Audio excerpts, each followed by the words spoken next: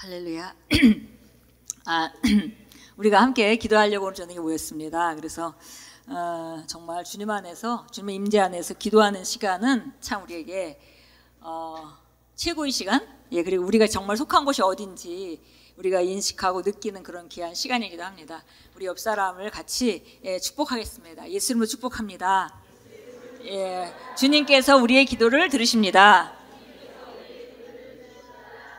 주님의 임재 안에서 우리는 변화합니다.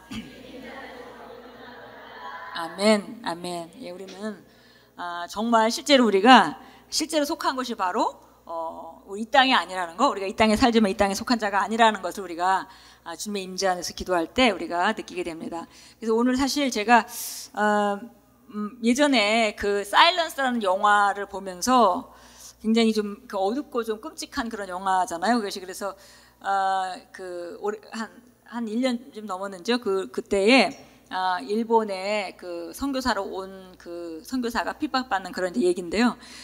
그 얘기를 들으면서 우리가 정말 새로운 피조물, 좋은 얘기를 많이 하지만 그러나 그 성경에는 분명하게 우리가 마지막 때에 말세에 우리가 통과해야 될 일들이 있고, 그리고 말세가 될수록 점점 우리가 살기가 쉽지 않아지는 그런 상태가 올 거라고 성경에서 이미 말하고 있고, 근데 마치 그런 일이 없는 것 같이 우리는 너무 편안하게 살아가고 있는 그런 것에 대해서 이거 사실 준비가 되어 있어야 되는데, 언제라도 준비가 되어 있어야 되는데, 열처녀의 비유와 같이 언제든지 준비가 돼 있어야 되는데 과연 정말 우리는 얼마만큼 준비가 돼 있는가. 또 우리 성도들은 이런 어려움이 올 때 이런 어떤 종류든지 개인적으로도 올 수 있는 것이고 이제 역사적으로도 올 수 있는 것인데, 근데 그런 어려움이 올 때 그걸 잘 통과할 수 있는 준비가 되어 있는가, 그런 생각을 하면서 제가 그런 부분에 대해서는 좀 자신이 없더라고요. 그래서 언젠가는 이런 부분에 대해서 한번, 이게 성경 말씀이니까 언젠가는 한번 꼭 나눠야 되겠다는 생각을 했습니다. 그래서 최근에도 제가 이제 성경에 나와 있는 많은 비유들이 있고 또 예언들이 있어서 그것을 또 사사로이 풀 수도 없는 거거든요. 그래서 우리가 정확하게 가장 기본적인 틀은 좀 알아야 되지 않겠나 생각을 해서 그런 생각을 했었는데, 이제 언젠가는 그런 내용에 대해서 좀 우리가 한번 정립을 하는 건 필요할 것 같습니다. 그런데 사실은 지난주 주일 메시지가 너무나 말세를 마지막 날을 준비하는 사람의 바른 태도랄까요? 그래서 제가 다른 내용을 나눌 필요가 없고, 주일날 이미 목사님께서 말씀을 나눠주셨기 때문에 그 내용에 대해서 확고히 하면 되겠다는 생각이 들어서 오늘도 우리가 주일날 메시지를 잠깐 나누도록 하겠습니다. 결국은 우리가 지금 이렇게 살아가는 삶이 매일매일 비슷한 삶을 살고 있지만 이런 삶이 영원할 거라고 생각하면 안 되겠어요. 왜냐하면 성경에서 이미 마지막 때에 대해서 얘기하고 있고 징조에 대해서 얘기하고 있고 그 상황은 점점, 왜냐하면 사랑도 식어가고 그리스도인들이 하나님을 떠나고, 또 우리가 이제 예수님의 비유와 같이 밭에 곡식만 자라는 것이 아니라 바로 쭉정이도 같이, 쭉정이인 그런 것들도 같이 자란다고 얘기를 했고요. 그거는 이제 교회 안에서 자란다고 얘기를 했고, 그것을 하나님의 왕국에 어떻게 그런 일이 있을 수 있겠는가 생각하지만 예수님도 직접 말씀하시기를 마지막 추수 때까지 그냥 같이 자란다. 그러니까 교회 안에서 알곡이 자라듯이 또 쭉정이도 같이 자란다. 그럴 수밖에 없다라고 얘기를 하셨고, 그런 얘기는 주님이 직접 말씀하신 진리이기 때문에 우리가 마지막 때 메시지는 정말 무엇보다도 속지 않는 게 중요한 겁니다. 속는 일이, 거짓말하는 마귀가 득세할수록 우리가 속이는 일이 많이 오고, 그래서 우리가 깨어있으라가 이제 메시지죠. 그래서 우리가 열처녀 중에 5처녀와 같이 우리가 항상 깨어서 정말 언제라도 우리가 주님을 맞을 준비를 하고 있는 것이 정말 가장 건강한 그리스도인의 모습인데요. 그런 모습은 사실 다른 것이 아니라 우리가 현장에서 지난 주일 메시지 같이 정말 주님 앞에 우리가 바른 심령을 가지고 깨어서 살아간다면 우리가 그날과 그 시를 알지 못할 수가 없을 겁니다. 그래서 우리가 준비하는 삶, 그래서 언제든지 준비되어 있는 삶을 살아야 되겠습니다. 그 제목이, 지난주 주일날 말씀의 제목이 궤 옆에서 죽은 제사장 우사, 그리고 주 앞에서 춤추는 다윗, 그랬습니다. 궤 옆에서 죽은 제사장 우사, 주 앞에서 춤추는 다윗. 그러니까 지금 궤 옆이라고 하는 것은 바로 우사는 하나님의 궤 옆에서 주를 섬기는 그 성막을 섬기는 그런 사람이었고, 그러니까 굉장히 익숙한 사람이죠. 늘 들락거리는 사람입니다. 요즘으로 말하면은 교회를 자주 들락거리고 교회에 왔다 갔다 하지만은, 그러나 그가 심령이, 우리가 다윗과 비교할 때 그 심령이 하나님 앞에 온전히 연락되는 상태든지 주님 앞에 가까이 가는 상태든지 친밀한 상태가 아니었던 걸 우리가 이제 알 수 있겠습니다. 그래서 실제적으로 교회 옆에서 죽은 우사, 교회, 뭐 다른 데서 죽은 것이 아니라 교회 옆에서 죽었습니다. 그래서 교회 옆에서 죽은 우사는 바로 그 우리가 주일날 잠깐 나눴듯이 그런 얘기를 했죠. 바로 하나님의 말씀을 무시하고 바로 자기 방법으로 섬겼습니다. 이게 정말 우리가 얼마나 조심해야 될 일인지요. 누구든지 다 사람들이 자기가 기준이 되어 있는 것 같습니다. 자기 기준, 자기 신앙의 기준으로 남을 판단하고, 자기 기준으로 다른 사람을 이해하려고 하고, 이런 기본적인 틀이 다 돼 있죠. 그리고 우리가 자기 기준이라는 것은 다른 것이 아니라 속 사람 안에서 과거에 자기가 들었던 말씀과 혹은 경험했던 것, 들었던 이야기, 이런 거를 이제 계속 그 기준이 형성돼 있어요, 이미.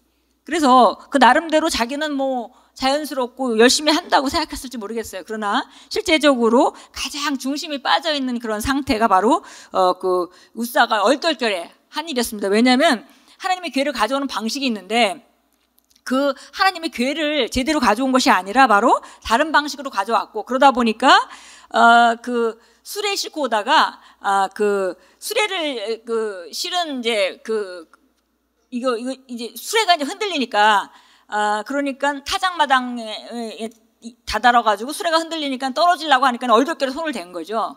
그래서 이제 죽는 상태. 그래서 사실은 뭐 도덕적으로 접근하면 이게 좀 이해가 안 가는 그런 부분 중에 또 한 구절이라고 우리가 볼 수도 있겠습니다. 그런데 여기 보니까 하나님의 말씀을 무시하고 자기 방법으로 섬겼다 그랬어요. 그래서 우리가 자기 방법을 떠나서 하나님의 방식으로 발전해 가는 건 얼마나 중요한 건지.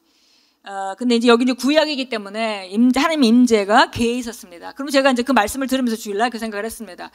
원래 우리가 알다시피 거기 우리가 출애굽기에서 읽었잖아요. 37장에서 그 채를 갖다가 채 끝에다가 채 끝을 고리에다 이렇게 연결해 가지고 이렇게 들게 돼 있는데, 사람들이 들게 돼 있는데 어떻게 저렇게 수레실을 생각을 했을까? 그런 이제 그 의문이 떠오를 때, 바로 우리가 사무엘 상에 가면은 우리가 알다시피 괴를 이제 그 블레셋에다 뺏기죠. 그래서 이 하나님 언약궤가 블레셋 가운데 있었습니다. 그런데 블레셋이 이제 자기가 가지고 그 어려움을 계속 겪으면서 이것 때문에 그렇다는 걸 알았어요. 그래서 이걸 이제 보내려고 하는데, 이제 그런 이방인들이니까 이 괴를 어떻게 다룰지 모르죠. 그래서 우리가 알다시피 소에다가 그 수레를 실어가지고 이렇게 베스메스로 보내는 그런 장면이 이제 사무엘 상에 나옵니다. 그래서 결국은 이제 이런 다윗도, 다윗이 이런 가져올 때 당연히 성경으로 돌아가면은 이게 채에다 깨가지고 묘야 되는 건데, 이런 수레에다 실을 생각은 결국은 이제 세상으로부터 온 것이죠. 근데 그때는 그렇게 오면서도 문제가 없었거든요. 그래서 우리가 하나님의 기준으로 계속 돌아가는 것, 그리고 목사님은 이제 여기에서 여러 가지 얘기를 하셨어요. 그래서 가인과 아벨의 제사도 얘기를 하셨고, 성경이 의문이 가는 여러 가지 이제 여러 가지 그런 부분들을 이제 언급을 하셨습니다. 모세가 한 번에 반석에다 명하라고 했는데, 과거에 내리쳐가지고서 물이 나온 그 경험 때문에 화를 내면서 이제 백성들이 화를 낼 만다 하죠. 백성들이 하는 일이. 그런데 그래서 이제 화를 내면서 내가 또 반석을 쳐서 물을 내랴 하고 이제 쳤다가 이제 그것 때문에 가나안 땅에 들어가지 못하는 이제 마지막 끝을 그곳에서 마치게 됐습니다. 들어가지 못하고, 그렇게 열망하던 가나안 땅에 모세 자신은 들어가지 못하고 여호수아와 갈렙을 통해서 이제 두 번째 다음 세대들이 들어가는 걸 우리가 이제 보았습니다. 그래서 결국 하나님께서는 하나님만의 법칙이 있습니다. 근데 그것은 나는 몰랐다 그렇게 해서 통하는 건 아니에요. 근데 물론 하나님께서 정말 놀라우신 분이기 때문에 우리 수준으로 내려오는 거예요. 모세는 하나님과의 그 친밀함이 하나님이 무엇을 중요하게 생각하고 무엇을 귀하게 생각하는지를 아는 그런 관계였습니다. 그러니까 충분히 하나님의 말씀을 수행하고 그걸 중요하게 알 만한 그런 관계였음에도 불구하고 그것에 대해서 그 하나님의 말씀을 어기고 하나님의 방식, 그리고 우리가 알다시피 이 반석은 두 번 치면 안 되는 거죠. 왜냐하면 결국 이제 구약에서 반석에서 물이 나온다는 것은 그 반석은 예수 그리스도를 의미하는 거기 때문에 예수 그리스도, 우리가 히브리서 같은 데 보면 말씀이 이제 반석은 한 번만 쳐야 된다. 한 번 치게 돼 있는 거예요. 한 번만 예수님이 죽으시고 그곳에서 이제 물이 나오는 것이 이제 예수님이 반석으로부터 우리를 구원하시는 그 반석이 되시는 예수 그리스도를 의미하는 거기 때문에 그것은 사실 두 번씩 치면 이제 안 되는 거죠. 정확하게 이제 성경이 얘기하고 있습니다. 그래서 모세가 충분히 이해할 수 있었음에도 불구하고 그런 것 때문에 이제 거기서 마지막 그 가나안 땅에 들어가지 못하는 일이 나오기도 합니다. 가인과 아벨의 제사도 마찬가지. 우리가 저도 이제 논리적으로 굉장히 따지는 사람이기 때문에 처음부터 창세기를 읽으면서 가인과 아벨의 제사가 딱 나오면은 많은 의문이 생기죠. 과연 그 가인의 제사는 하나님의 기준에 맞질 않고 아벨의 제사는 하나님의 기준에 맞는 거였는데, 그렇다면은 가인이 하나님의 제사를 그 제사에는 꼭 이렇게 동물의 피를 통해서 그렇게 그 제사를 지내야 된다는 걸 알았을까 몰랐을까, 알지 못했다면 너무 억울하지 않는가, 뭐 이런 여러 가지 생각들이 이제 오게 됩니다. 그런데 중요한 것은 저도 이제 성경 안에서 그런 의문을 가지고 있을 때 항상 성령님은 우리가 성경에 대해서 의문을 가지고 있을 때 항상 바른 진리로 우리 깨닫게 해주시잖아요. 진리 가운데로 인도하시고 하나님의 말씀이 생각나게 하시는 성령님 우리 안에 계시기 때문에 늘 저도 이제 그런 갈망을 가지고 있을 때 제가 그 갈망에 대해서 이해가 안 갈 때 자연스럽게 성령으로 말미암아 하나님이 계시를 주시고 그것 때문에 풀려가는 그런 경험들을 수없이 했습니다. 그러면서 또 어떤 경우는 나보다 먼저 간 다른 하나님의 사람들을 통해서 이해하기도 하고, 또 어떤 경우는 또 그렇게 그런 멘토가 없을 때는 성령께서 늘 말씀해 주시고 했는데, 그 가인과 아벨의 제사도 우리가 접하면서 늘 제가 그렇게 그 가인과 아벨의 제사를 하면서 그 가인이 기준을 몰랐다면 가인은 너무 억울하지 않는가, 뭐 이제 여러 가지 생각을 했었는데요. 결국은 접근을 잘못하고 있다는 걸 발견했습니다. 결국 접근은 그 가인과 아벨의 제사가 왜 가인이 기준을 몰랐다면 억울하지 않는가, 이런 생각들은 다 어떤 접근을 하고 있는 거냐면 하나님이 절대선하신가, 하나님의 의로우심, 하나님은 의롭기 때문에 잘못된 일을 하실 수 없다라는 그 개념, 그 진리가 확고하지 못하기 때문에 사실은 접근하는 그런 접근이 나오는 거죠. 그래서 결국 가인과 아벨의 제사에서는 무슨 기준이고 뭐 그런 건 중요한 게 아니에요. 하나님은 다 오르시고 하나님 하신 일을 오르니까. 그러니까 우리가 가인과 아벨의 제사에서 얻는 교훈은 뭐냐면, 우리가 뭔가 나름대로 열심히 했는데 뭔가 잘 안 될 때 하나님을 의심하지 말고 다시 내가 하나님 기준으로 올라가야 되겠다라고, 만약에 가인이 아벨을 화가 나서 쳐 죽이는 대신에 동생 아벨의 제사가 연락되고 자기 제사가 연락되지 않은 것에 대해서 그럼 나도 동생과 같이 해볼까라고 다시 시도했다면 얼마든지 새롭게 인도받을 수 있는 것이었죠. 그런데 하나님을 향해서 분노를 하고, 그러니까 하나님이 틀렸다는 거예요. 나는 옳은데 왜 하나님이 내 걸 안 받아들이시냐. 이제 하나님이 불의하다고 결국 하는 이제 그런 반응이 나왔던 것인데, 바로 우리가 가인과 아벨의 제사에서도 제가 이제 그런 의문을 가지고 있을 때 성령께서 저한테 깨닫게 해주신 거는, 네가 접근을 잘못하고 있어. 네가 접근 잘못하고 있다. 바르게 접근을 해야지. 그래서 결국은 하나님이 하신 일은 다 옳고, 그렇다면 가인과 아벨의 제사에서 배울 것은 무엇인가? 우리가 항상 하나님의 기준으로 돌아가는 것. 예. 하나님의 기준을 끝없이 찾아가는 것. 예. 그것이 바로 우리가 해야 될 일입니다. 그래서 우사의 삶은 바로 정말 이 사람은 정말 너무 익숙한, 하나님을 섬기는 것이 너무 익숙한 사람이었지만 사실 정말 정확하게 하나님의 방식을 몰랐기 때문에 결국은 이제 이런 상황이 된 거예요. 그래서 우리가 지금 현대식으로 우리가 바꾼다면은, 우리가 혹시 교회에 나오고 말씀을 읽고 하나님을 섬기고 하는 것이 봉사하고 뭐 이런 것들이 너무 익숙해서 종교생활화 되고 있지는 않는가. 예. 그런 걸 우리가 체크를 해야 되는 거죠.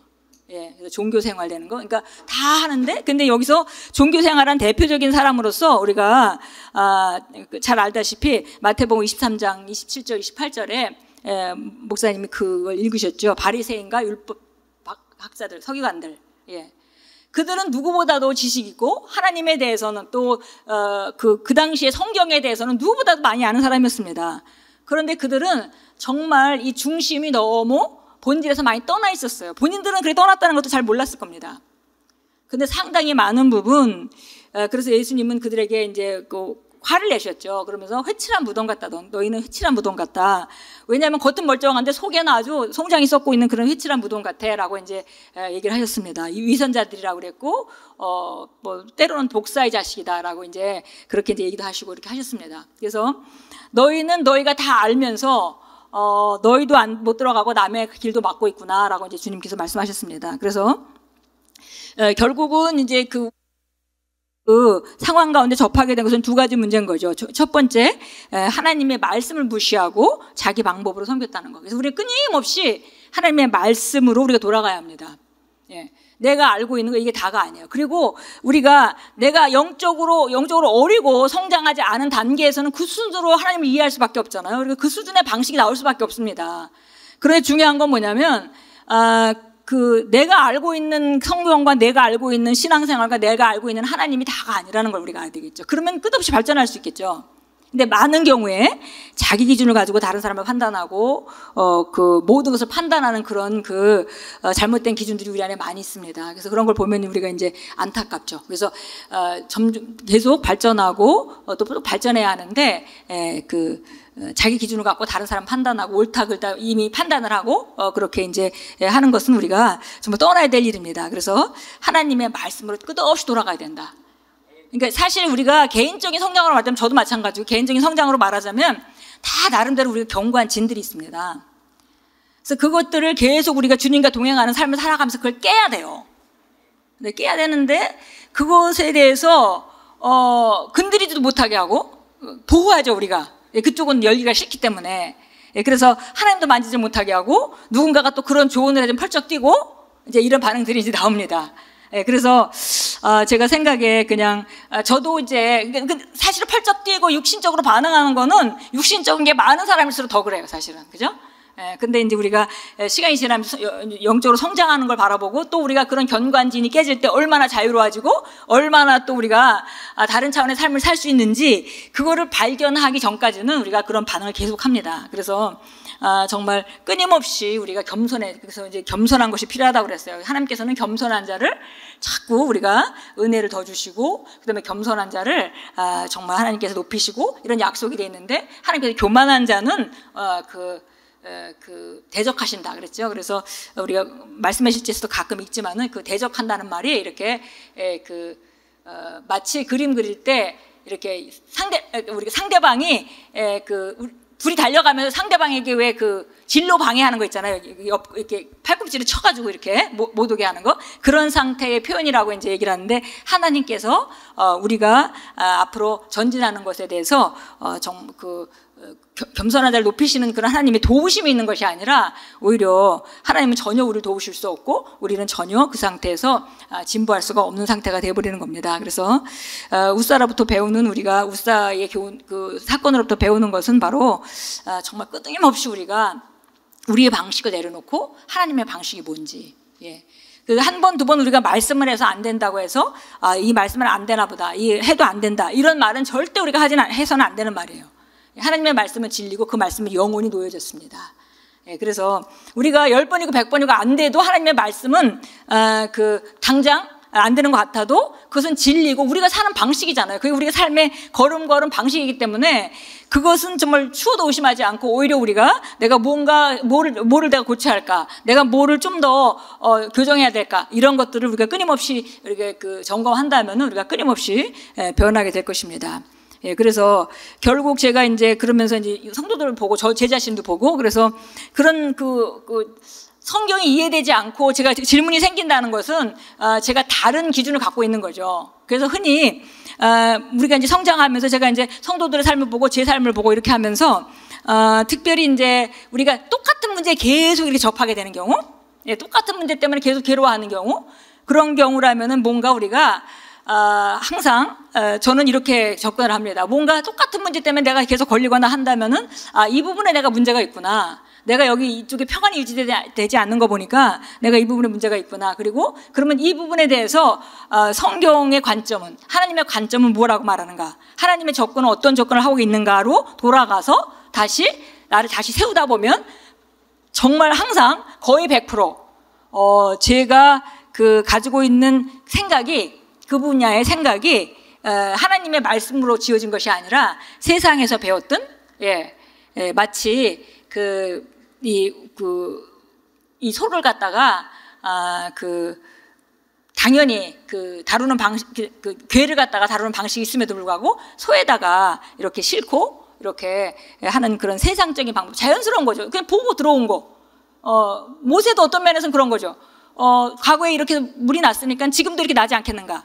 이 자기 과거의 경험, 하나님의 말씀보다는 경험과 이런 것들로 돌아갈 때 그런 이제 결정적인 실수를 하게 됐습니다. 그래서 정말 견고한 진을 깨는 것은 너무 중요하다. 그리고 그것을 견고한 진이 깨지는 것을 우리가 두려워할 일이 아니고 견고한 진은 계속 깨져야 된다라고 우리가 철저하게 우리가 오히려 그런 갈망, 우리가 정말 주님을 갈망해요라고 찬양을 하는데 뭘 갈망하냐는 거죠. 과거에 제가 주님을 갈망한다 할 때는 그냥 주님이 나한테 더 이렇게 임재로 나타났으면 좋겠고 나한테 좀 더 말씀하셨으면 좋겠고 이런 갈망을 생각했어요. 근데 그 후에 좀 더 성장하고 나서 아는 거는 뭐냐면 하나님은, 내 안에 계신 성령님은 나를 통해서 역사하고 싶지만 내가 길을 안 내줘서 역사하시는 거니까 정말 내가 주님을 갈망하는 건 뭐냐면 내 문제가 발견되고 그래서 정말 하나님 말씀에 나는 양보하고 싶다. 이게 진짜로 주님을 갈망하는 그 가장 온전한 방식의 갈망이다 라는 걸 이제 깨닫게 됐습니다. 그래서 실제적으로 우리가 어떤 의문이 있고 내 문제에 대해서, 내 삶에 대해서 어떤 문제가 있다면은 그 문제를 그냥 단순하게 답습한 그런 방식으로 말고, 다른 사람들이 기도하니까 나도 기도해야지 그런 방식 말고, 저는 예수 믿을 때 누가 가르쳐주는 사람도 없고 상당히 많은 부분 그렇게 접근을 했습니다. 그러니까 기도 열심히 하고 방언기도 열심히 하는 사람이 신앙 성장을 잘하고 그런 걸 보니까 나도 기도 많이 해야지, 나도 방언기도를 많이 해야지, 이런 것 쪽으로 굉장히 접근했던 것 같습니다. 근데 우리가 그렇게 다른 사람으로부터 통해서 답습한 그런 것이 아니라 성경 말씀대로 돌아가서 정말 그렇게 할 때 많은 것들이 교정되는 거예요. 성장하면서. 사실 우리가 뭐 기름 부음의 나타남 이런 거 있잖아요. 이런 것도 우리가 어떤 단계에서 굉장히 그런 나타남이 중요한 시기가 있지만은 결국 또 그것이 또 나를 거기다가 그런 경험들, 우리 느낌들 이런 것에다가 우리를 묶어 놓을 수 있는 또 그런 상당히 위험 요소도 있다라는 걸 알고, 우리가 정말 커리 목사님을 중하게 생각하는 것이, 정말 귀하게 생각하는 것이 그런 것을 끊임없이 발전하고 그런 것을 끊임없이 물러쓰셔서 결국 많은 역사가 나타나고 해도 끝끝내 정말 하나님의 말씀으로 아주 건전하게 하나님의 말씀을 따라서 하나님의 말씀이 최고의 진리를 가지고 진리로 높이고 사는 것에 대해서 그런 결과로 사역을 하고 있는 것이 정말 허리 목사님 정말 가장 귀한 부분이기도 합니다. 그래서 하나님의 말씀을 따라서 우리가 나아갈 때 실제적으로 끝없이 우리가 물러서야 된다. 그래서 갈망할 때 주님 더 나타나세요가 아니라 주님 저는 정말 하나님의 말씀 안에서 더 양보되기 원해요. 그게 뭔지 말씀하세요. 그리고 끊임없이 우리가 만약에 어떤 부분에 평강을 잃는 그런 시점이 있다면 바로 거기가 바로 내가 바뀌어야 될 부분이라는 걸 우리가 알 수 있습니다. 그래서 저도 종종 가끔 이제 어려움이 옛날에 이제 있으면은 그러면 제가 알죠. 이거는 뭔가 이상해. 내가 이쪽 분야에 이렇게 잘 다루지 못하는 것은 뭐가 내게 문제가 있어. 그래서 내가 하나님의 말씀으로 다시 그쪽을 치워야 되겠다라고 찾아가 보면 여전히 제가 가지고 있는 모든 기준들이 다른 것이 아니라 세상으로부터 물들었고, 혹은 세상은 아니라 하더라도 기독교 안에서 그냥 답습한 것들, 남이 그렇게 하니까 당연히 그게 내겐 진리가 된 거죠. 그래서 그 방식은 맞는데 성경을 보니까는 그 방식은 맞지만은 마치 중심이 없는 다윗이 귀한 거는 뭐냐면 그가 자범죄를 짓고 죄를 짓지만은 빨리빨리 돌이키고 하는 그런 주님과의 그 친밀함과 주님을 인식하는 그것이 정말 너무 귀한 겁니다. 그래서 정말 우리 방법으로 성령에 대해서 우리가 물러서자. 나는 정말 내 안에 있는 견고한 진이 발견돼야 되고, 하나님 말씀을 따라서 내가 다시 지어져야 되고, 방언으로 기도하면서 우리가 성령께서 더 내게 계시를 주시도록 우리가 물러서야 되고, 그리고 또 한 가지 제가 이 부분에 대해서 굉장히 나누고 싶은 것은 바로 우리가 성장하는데 굉장히 중요한 것은 나보다 먼저 간 사람들의 조언입니다. 그래서 이제 그 목사님 베드로전서 5장 5절을 읽으셨죠. 그래서 베드로전서 5장 5절 한번 같이 읽겠습니다. 베드로전서 5장 5절 같이 읽겠습니다. 이와 같이 젊은이들아 장로에게 복종하라. 너희 모두가 서로 복종하고 겸손함으로 옷 입으라. 이는 하나님께서 교만한 자를 대적하시고 겸손한 자들에게 은혜를 주심이라. 예. 하나님 우리에게 은혜를 주시고 싶어 하는데 우리가 이런저런 이유로 받아들이질 않고 있는 거죠. 근데 우리가 이제 그리스도의 몸 안에서 나보다 먼저 가신 분, 우리도 항상 그러니까 우리한테도 멘토가 있잖아요. 항상 우리가 그 여러 사람의 멘토를 거쳤지만 항상 멘토가 있죠. 근데 멘토를 통해서 얻을 수 있는 것은 그때그때마다 정말 제 인생을 완전히 다른 차원의 삶을 살도록 하는 귀한 이제 기회가 되곤 했습니다. 그냥 제가 그런 멘토가 없을 때는 나도 여전히 말씀을 듣고 말씀을 외우고 있지만 제가 그 크리스 목사님 사역을 가서 보고 배우기 전에는 저도 말씀을 하고 믿음의 말씀을 하고 다 하지만 그러나 정말 그가 교회 성도들을 어떻게 훈련시켜놨는지 딱 한 번 볼 때 정말 제가 눈이 휘둥그레지고 정말 시바의 여왕이 그 솔로몬이 한 이들이 너무 탁월해서 보고 와서 너무 놀랬듯이 제가 가서 성도들이 반응하는 거, 말씀에 반응하는 걸 보고 제가 눈이 휘둥그레졌습니다. 저도 사역을 오래 해봐서 아는데 어떻게 성도들이 이렇게 만들었지? 예, 그 맨 처음에는 뭐 이게 혹시 아프리카라서 문화가 그런가 그렇지만 그게 아닌 건 이제 눈에 확 들어오죠 이미. 그래서 하나님 말씀에 반응하는 사람 이렇게 만들었구나. 그걸 보면서 저희가 이제 그리고 우리랑 생소하게 다른 것들을 보면서 저희가 상당히 많은 부분 기독교 전통 안에 자연스럽게 그냥 기능하고 있다는 거. 그냥 최고의 진리가 아멘임에도 불구하고 그 전통을 붙들고 그것이 최고인 것 같이 살아왔다는 것들이 여러 가지가 발견되는 거죠. 그래서 더 빨리 이제 발전할 수가 있었습니다. 그래서 하나님께서 우리 안에 성령이 계시기 때문에 우리가 궁금해하고 우리가 혼자 주님 앞에 갈망을 가지고 있을 때 하나님이 진리 가운데를 인도하시고 다 하시죠. 그러나 누군가 내 옆에 있는 사람이 나보다 먼저 간 사람이 있다는 것은 되게 아주 큰 축복입니다. 예. 그래서 그분들을 통해서 내가 정말 겸손해질 때 사실 내 문제를 나만 모르거든요. 예. 주변 사람들한테는 보이죠. 특별히 먼저 간 사람들한테는 보입니다. 근데 만약에 우리가 그런 사람들의 조언을 받아들일 수 있다면, 우리 그렇게 겸손하다면 우리가 정말 빨리 전진할 수 있을 겁니다. 근데 정말 우리가 옆에서 보면은 얘기해주고 싶어도 얘기할 수 있는 상태가 아니에요. 그러면 어차피 효과가 없고 괜히 그 관계만 안 좋아지게 얘기할 수가 없죠. 얘기를 못 하는 거죠. 그럼에도 불구하고 만약에 내가 같이 그거 하고 있는 멘티라면 바라보고 언젠간 이 말을 해야지라고 이제 때를 보다가 성령이 역사할 때 이제 기회가 오면 이제 그 얘기를 같이 나눌 수가 있죠. 그래서 중요한 것이 정말 여기서도 그 젊은 사람들에게는 영적으로 젊은 사람들, 그 다음에 여기 장로는 그보다는 연장자이고 좀 더 그 하나님의 일에 대해서 또 아는 사람이죠. 그리고 우리가 보면 나이가 들고 특별히 이제 나이가 들어도 그냥 세상에서 나이가 드는 게 아니고 그 하나님을 믿으면서 이렇게 신앙 안에서 나이가 들어가면 놀라운 지혜가 생깁니다. 예, 나이가 젊을 때는 가질 수 없는 그런 지혜들이 있어요. 그래서 그런 것들에 대해서 복종한다면 젊은이들에는 정말 하나님께서 더 많이 은혜를 주시는 통로가 열릴 것이다라고 얘기를 했습니다. 그래서 우리가 우리 방법을 떠나서 주님의 기준으로 돌아오는데 늘 정말 말씀을 통해서 우리가 교정되고 그 다음에 기도를 통해서 하나님이 비춰주시고 계시해 주실 걸 우리가 기대하고 그 다음에 나보다 먼저 경험한 사람들, 나보다 먼저 영적으로 발전하고 있는 사람들의 조언, 그 조언을, 근데 대부분의 경우는 제가 볼 때 90% 이상은 그 말을 듣기 싫어하죠. 예. 그래서 그거를 아마 우리가 교정한다면은 정말 큰 발전이 있을 겁니다. 그래서 우리가 우사한테서 배우는 거는 이제 그거였고요. 그래서 결국은 하나님의 거룩하신가 그 본질을 망각하죠. 그래서 하나님이 얼마나 오르시고 얼마나 거룩하신지를 그걸 이제 잊어버리는 것이 바로 종교 생활로 가는 이제 길이 되는 겁니다. 그래서 정말 저도 계속 하나님의 오르신가, 이런 하나님은 오르신가라는 접근을 예수 믿고 나서 정말 수년, 10년을 이상을 한 것 같아요. 그래서 그걸 제가 어느 순간에 계시가 왔습니다. 계시가 내가 접근을 잘못하고 있구나.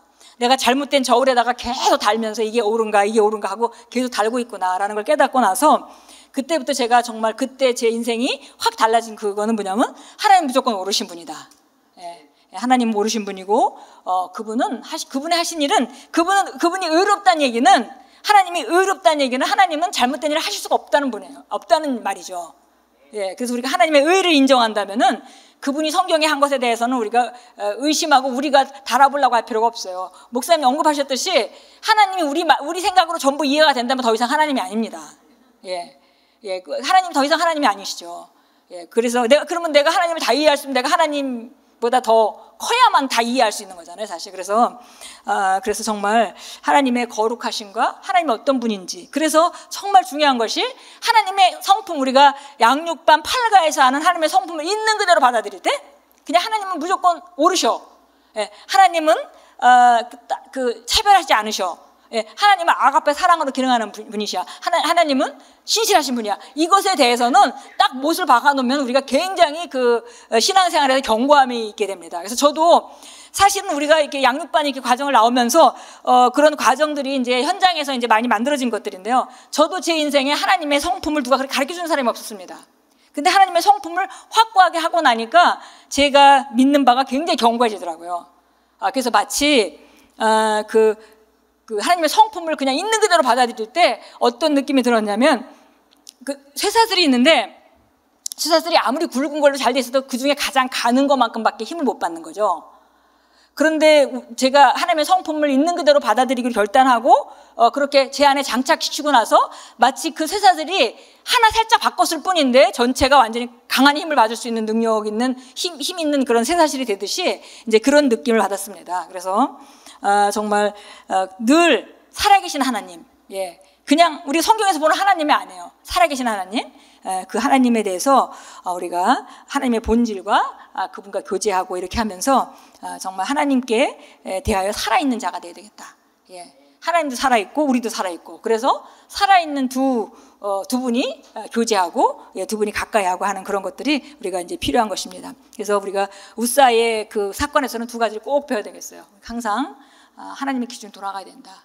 그리고 내 안에 하나님의 기준이 아는 것이 너무나 많다. 예, 제가 볼 때 남자분들은 좀 더 하신 것 같습니다. 그래서 제가 여자 이렇게 저는 이제 팀장님들 이렇게 만나면 굉장히 팀장님들은 말씀을 잘 받아들여요. 그리고 말씀 기준인 거죠. 근데 이제 가끔 이제 셀의 복을 가끔 이제 뭐 기회가 있어서 이렇게 듣게 되면은 가끔 이상한 소리 하시는 분도 꽤 많이 있으신 것 같더라고요. 근데 그걸 제가 의심하거나 뭐 이상하게 생각하지 않습니다. 왜냐면 당연한 거죠. 그러나 이제 한 가지 우리가 거기서 발전할 수 있는 것은, 근데 내가 그렇게 생각하지만 내가 생각하는 게 다가 아니라는 걸 우리가 알고 내 기준은 끊임없이 바뀌어야 된다고만 생각한다면 우리가 정말 다 발전할 수 있습니다. 그리고 하나님의 말씀으로 기준으로 바뀌어지는 것만큼 행복한 사람은 없어요. 예, 그러니까 제가 정말 제가 이제 마지막 날에 정말 사람들은 이제 뭐 마지막 날을 얘기를 하자면 마지막 날에 뭐 이렇게 많은 어려움이 올 거라는 얘기를 하죠.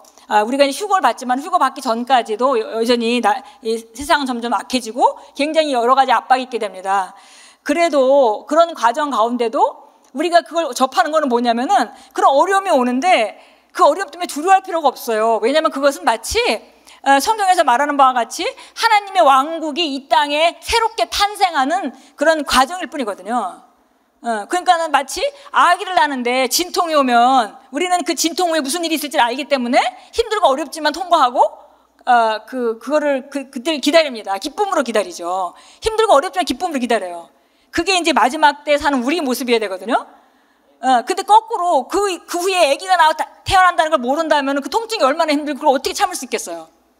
그래서 이제 이런 것들을 우리가 성경 말씀을 정확하게 알면은 우리를 모든 상황에서 자유롭게 합니다. 예. 모든 상황에서 자유롭게 해요. 그래서 끊임없이 우리가 하나님 말씀에서 나는 자유로워지고 또 세상을 다루는 능력도 증가돼야 되겠다라고 우리가 결단하고 우리가 이번 주에 나눴던 말씀과 같이, 예, 그게 바로 마리아의 삶이죠. 예, 마르다는 정말 열심히 했지만은 그러나 하나님과의 친밀한 교제, 주님과 교제가 없었기 때문에 그래서 그는 다 하는 일이 옳고 좋은 거였지만은 그걸 하면서 힘이 들었고 짜증이 나고 여러 가지 그런 증상들이 있었던 걸 우리가 이제 보아왔습니다. 예, 두 번째 주 앞에 춤추는 왕 다윗. 예, 그 다윗한테 배울 거죠. 예, 배울 거. 첫째는, 예, 왕이 된다면은 최고의 권위가 있는 것이죠. 그런데 하나님을 왕으로 모시고 살기 원했습니다. 그래서 그가 하나님 앞에 나가서 정말 기도하는 장면을 우리가 이제 사무엘 하에서 읽었습니다. 그래서 보니까 주 앞으로 나가서 무릎을 꿇고, 여기 제가 한번 한문에 7장 18절 읽어보겠습니다. 나의 하나님, 제가 누구이며 저희 집안이 무엇이기에 주께서는 이렇듯 저를 이끌어 주셨습니까? 라는 기도를 했습니다. 그래서 이 기도를 제가 같이 주일날 같이 읽으면서 시편 8편이 생각났습니다. 저도 가끔 시편 8편을 제가 가슴 깊은 곳으로부터 그런 게 이제 떠오르거든요. 정말 도대체 사람들을 하나님이 얼마나 사랑하신 것인가. 그래서 어느 순간에는, 예전에 아주 오래전에는 성경 말씀을 그냥 많이 읽었고 알기 때문에 다 아는데, 어느 날 벼랑간에 그냥 이렇게 운전하고 가다가 감동이 와서 보라, 하나님께서 어떠한 사랑으로 너희를 사랑하셔서 하나님의 자녀라 일컬음을 받게 하셨는고 우리가 그러하도다. 이렇게 이제 그런 말씀이 그냥 가슴으로부터 그냥 이게 터져 나오면서 운전하다가 막 울고, 예. 그래서 또 그런 것이 발견되고 또 그것이 내게 장착되고, 예. 정말 내가 어쩌다 이런 복을 받았지? 이제 이런 정말 하나님, 내가 정말 어쩌다 이런 복을 받았지? 이런 이제 감동들이 오죠. 근데 아마 다윗이 이런 감동이었겠죠. 그래서 오래전에 기름 부음을 받았지만 한 10년 동안 사울에게 매일매일 그냥 죽음의 고비를 넘기면서 매일매일 그래도 불구하고 하나님을 의지하고 신뢰하고. 그런데 다윗의 10년이란 기간은 어떻게 생각하면 그렇잖아요. 하나님 뜻이 이루어질 건데, 하나님 뜻은 벌써 오래전에 사울이 왕자에 있지만 이미 사무엘에게 기름을 부었습니다. 왕으로 기름을 부었죠. 그래서 어떤 면에서 하나님 입장에서 보면 이미 다윗은 왕으로 기름을 받은 거예요. 그럼에도 불구하고 사울이 하나님께 기름 부음 받은 자이기 때문에 그걸 건드리지 않으려고 다윗이 더 긴 동안 훈련의 기간이 길어진 거죠, 말하자면. 예. 그리고 그 훈련의 기간이 우리는 역사에서 끝났으니까 10년이라고 알지만은 다윗은 그 10년이 될지 20년이 될지 안 끝날지 알 수가 없는 거죠. 하나님이 하신 일이니까 언젠간 되겠지만은 지금 당장 사울은 갈수록 원래 항상 악한 자는 점점 더 악해지잖아요. 갈수록 더 이상해지고, 그런데 거기서 내가 얼마만큼 오늘도 겨우 살았구나. 오늘도 하나님을 의지하고 내일도 하나님을 의지하고 순간순간 그렇게 의지하면서 정말 놀라운 거는, 그때 하나님께서는 다윗을 이스라엘의 가장 큰 왕국을 만들 사람으로 훈련하고 계셨다는 거. 네. 그때 혼자뿐만이 아니라 같이 도망가던 그런 사람들이랑 함께, 그것도. 그래서 우리가 성경에 보면 그들이 맨 처음에는 굉장히 의분이 있고 그런 사람이었는데, 나중에는 다윗과 함께 동행하면서 하나님의 기름 부음을 인정하고 하는 자들로 변화되는 걸 우리가 볼 수 있습니다. 그래서 결국은 그냥 자연적인 영역에서 보면 그냥 내 다윗의 기도 응답 면에서만 보면은 다윗은 그 기도 응답이 빨리 안 이루어지고 고생한 것 같지만은, 하나님의 관점에서는 이미 그동안 큰 왕국이 탄생하고 있었던 겁니다. 왜냐하면 큰 나라는 다윗이 혼자 잘한다고 되는 거 아니죠. 큰 나라는 많은 사람들이 있어야, 많은 부하들이 있어야 큰 나라를 다스릴 수 있는 겁니다. 이제 그런 과정 가운데 하나님이 하시는 일은 따로 있었다는 걸 우리가 이제 볼 수 있습니다. 그래서 정말 우리가 어떤 상황, 특별히 이제 성경에 보니까 우리가 이제 신앙이 어느 정도 있는 사람이라면 웬만한 핍박을 견딜 수 있죠. 근데 우리가 잘 되고 편안할 때, 그때 우리가 주님께 다시 돌아가서 주님의 주되심을 인정하고 우리가 겸손해지는 것은 정말 더 필요한 일이다 하는 생각을 하게 됐습니다. 예, 두 번째, 정말 항상 감사하는 마음으로 하나님을 경배했다 그랬습니다. 예, 그런 모든 것에 대하여 하나님께 감사하는 마음으로 하나님을 경배하면서 매일매일. 그래서 우리가 이걸 좀 실천하고 있죠. 아침에 눈 뜨면 오늘도 내가 기쁨으로 살기를 결단하고 감사로 살기를 결단하고, 상황과 관계없이 우리가 감사하게 된다면은 그것은 바로 우리가 주님 안에서 우리 안에 있는 하나님의 능력을 풀어놓는 통로를 여는 거죠. 근데 마귀는 자꾸 어려운 상황들을 바라보면서, 우리가 상황들이 좋은 것이 만약에 예를 들어서 우리가 기뻐하고 즐거워할 만한 그런 환경이 비율로 칠 때 오고, 그렇지 못한 환경이 오라고 비교할 때, 우리는 좋은 환경 오를 바라보면서 감사하고 경배하고 이렇게 살아가면 하나님이 우리 삶 가운데 역사하는 통로가 열리게 되는 건데, 근데 마귀는 계속 정말 9가지가 좋아도 한 가지 안 좋은 곳에 우리 눈을 갖게 하고, 그리고 그걸 바라보면서 우리가 불평하고 그렇게 하기를 원하죠. 왜냐하면 그렇게 해야만 우리가 마귀에게 통로가 열리는 거기 때문에. 그래서 우리가 그 싸움의 판이 바로 우리 안에 있기 때문에 우리가 어떤 승리 싸움을 싸울 수 있는지는 우리가 결단하고 우리가 무엇을 하느냐에 달렸습니다. 근데 그 중에 하나가 굉장히 중요한 것이 하나님께 감사하는 마음으로 매일매일 경배하면서 사는 삶입니다. 예, 그래서 정말 우리가 늘 다윗과 같은 심령으로 사는 거, 다윗의 심령을 배워가지고 솔로몬이 아가서에서 이제 이런 표현을 씁니다. 내 몸은 자지만 내 심령은 주를 향하여 깨어 있습니다. 예. 그래서 솔로몬이 다윗의 아들이니까 사실 다윗이 좋은 걸 배웠겠죠. 근데 정말 솔로몬도 정말 많은 그 시를 쓰고 한 그 사람인데 정말 지혜가 대단하고 하나님의 복을 많이 받은 사람인데 그런 표현을 썼어요. 나는 자지만 내 심령이 주를 향하여 깨어 있습니다. 그것이 이제 우리가 살아가는 상태, 심령이 늘 주님 앞에 연락되기를 원하고 내가 하는 생각이 무엇이든 간에 내가 어떤 행동을 하고 어떤 말을 하든지 그것이 다 주님께 연락되기를 원합니다 라는 다윗의 고백과도 같은 고백이죠. 그래서 우리가 그런 마음으로 살아가는 거. 그래서 그런데 너무 저는 하나님 안에 있는 것이 완전하다고 생각하는 것은 바로 우리가 어떤 면에서 그런 그 기준에 따라서 움직이시는 하나님 보면 구약의 그런 하나님은 굉장히 무섭기도 하지만은 하나님은 사실 우리를 굉장히 1대1로 다루시기 때문에 우리의 수준에서 우리를 다루시죠. 근데 우리가 그 성장하길 원하고 아버지이기 때문에 우리가 성장하길 원하고 우리에게 때로는 요구하시고 그 다음 단계로 전진하라고 우리에게 요구를 하시는 분이신데 그런데 감사한 것은 뭐냐면 어떤 커트라인을 만들어 놓고 거길 다 그걸 요구하시지 않는다는 거예요. 나름대로 우리가 아는 것만큼. 그래서 늘 말씀드리지만 하나님의 말씀을 알고 행하지 않고 사는 것 같이 위험한 것은 없다. 예. 이게 말씀을 알았다면은 말씀의 계시가 왔다면은 말씀을 행하고 살아야 될 책임이 있는 겁니다. 예. 그것이 하나님께서 요구하는 바예요. 하나님의 말씀은 곧 하나님이기 때문에 하나님의 말씀이 우리에게 어떤 것을 비췄다면은 그걸 비춘 대로 살아가야 될 것은 우리가 해야 되는 일이죠. 그래서 항상 감사하는 마음으로 주님을 경배하며 살았고요. 우리가 늘 또 양육반에서도 다윗에 대해서 얘기할 때 하는 얘기죠. 사람보다 하나님의 눈을 더 의식한 자였다. 그것이 바로 하나님을 경외하는 삶. 예, 그래서 그는 사람보다 하나님을 더 의식했습니다. 그래서 우리가 성경에서 많은 사건들을 알죠.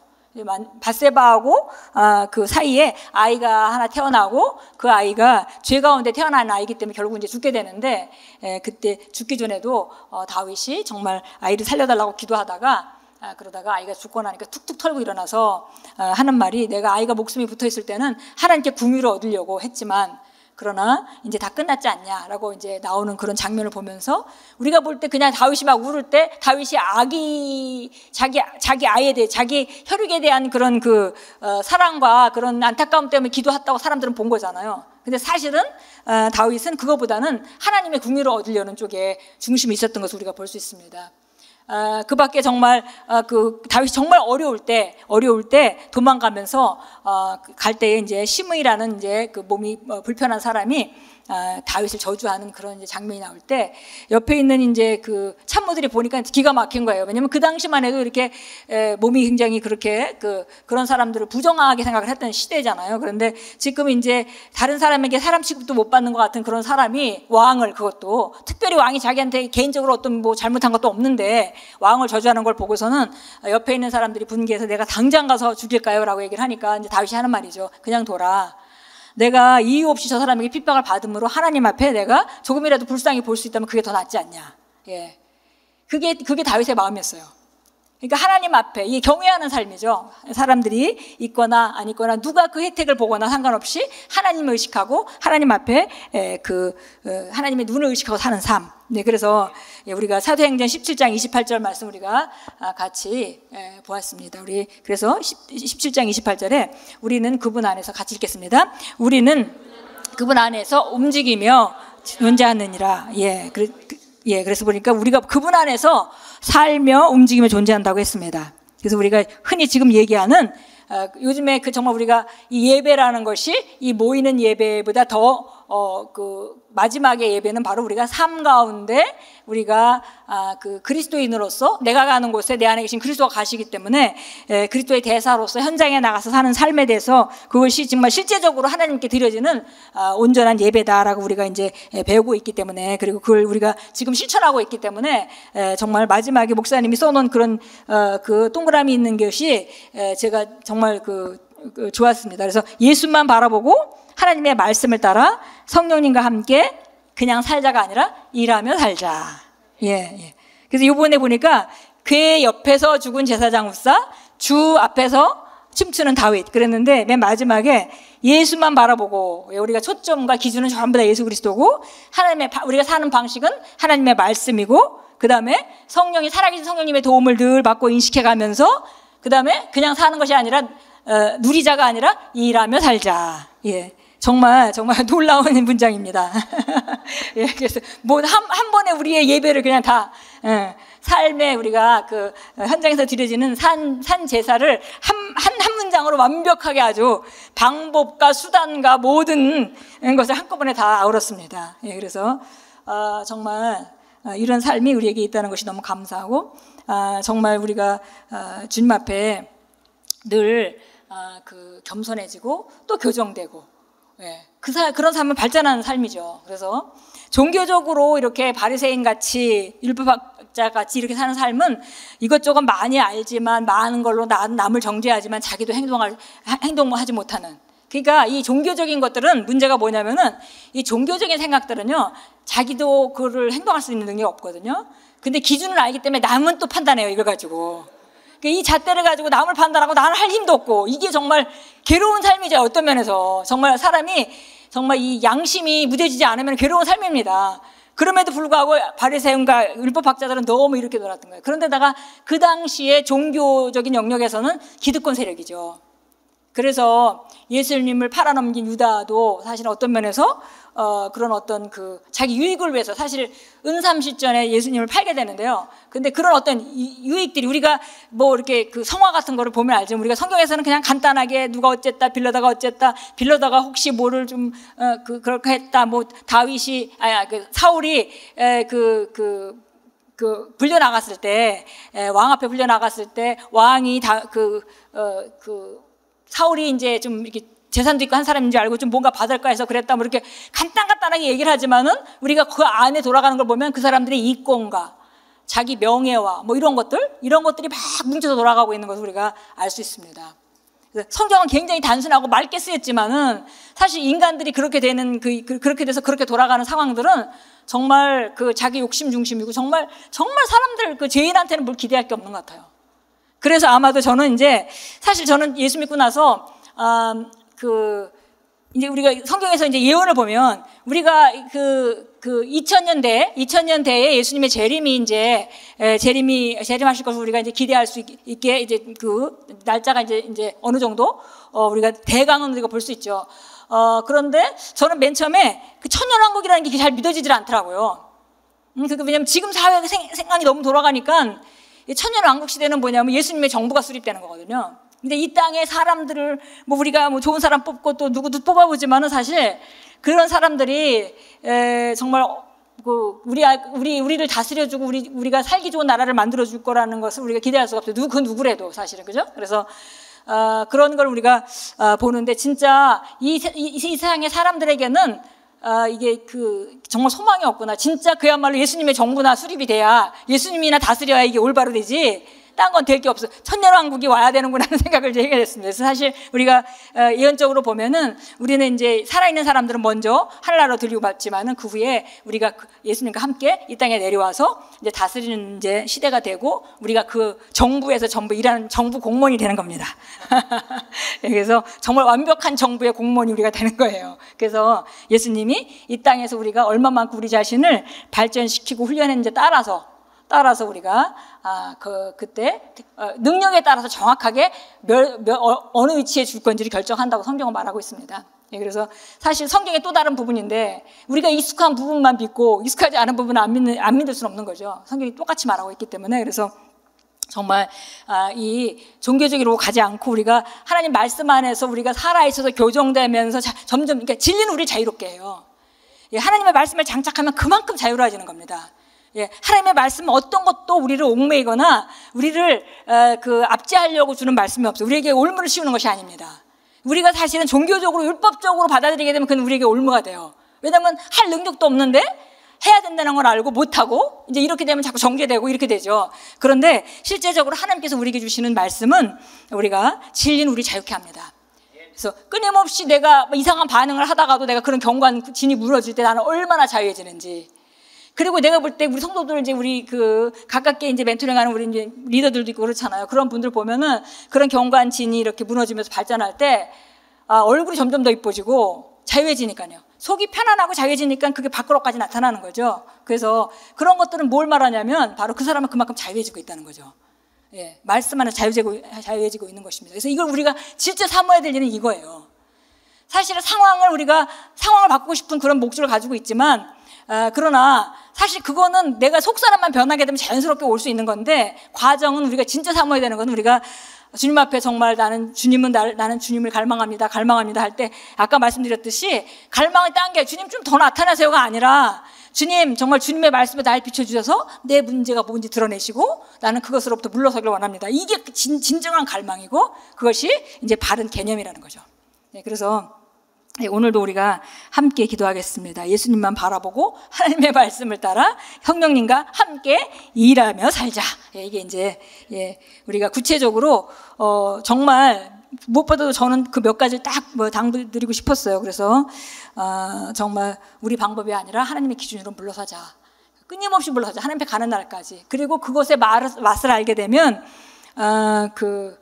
제가 한때는 이제 하나님께 기도를 하면서 하나님 이렇게 제가 발전하기 원합니다. 이렇게 하고 또 제 남편이 발전하기 원합니다. 이렇게 하면서도 어려움을 겪으면서 우리가 발전하는 걸 많이 발견하거든요. 근데 그런 어려움을 겪고 싶지가 않은 거예요. 그래서 제가 어릴 때는 발전하기 원한다 하면서도 어려움을 안 겪고 싶은 거죠. 근데 가만히 제가 보니까 그 발전하는 게 너무 좋아요. 그런데 우리 꼭 어려움을 겪을 때 내가 발전하는 걸 보면서 이제 그 다음에 기도는 주님, 어려움을 겪어도 괜찮습니다. 그러나 저는 발전하기 원해요. 이렇게 이제 그런 기도를 했는데 또 이제 더 쭉 성장해서는 그보다 다른 단계가 있다는 걸 알았습니다. 하나님의 말씀에 비추어서 어떤 상황 가운데 발견되기 전에 나는 계속 주님 앞에 주님의 형상을 닮아가면서 변화하기 원합니다. 그것이 이제 그 다음 단계 이제 기도였습니다. 예, 그래서 정말 여러분이 셀 리더들도 있고 또 이제 팀장님들도 있고 이렇게 하신데 특별히 다른 사람의 조언을 잘 받아들이는 내 자존심 이런 거 중요한 거 아닙니다. 근데 우리가 다 자존심이지 자존심 그렇게 중요한 거 아니에요. 그거 빨리 내려놓을수록 편안해지는 거고요. 빨리 내려놓을수록 그 자존심이라는 건 사실 내가 주인되어 있는 영역이기 때문에 그래서 정말 주변 사람들의 조언을 받기를 좋아하는 사람 그렇게 우리가 발전한다면은 훨씬 우리가 지금보다도 전진이 빠르게 될 걸 믿습니다. 우리 함께 일어나서 우리 기도하겠습니다. 오늘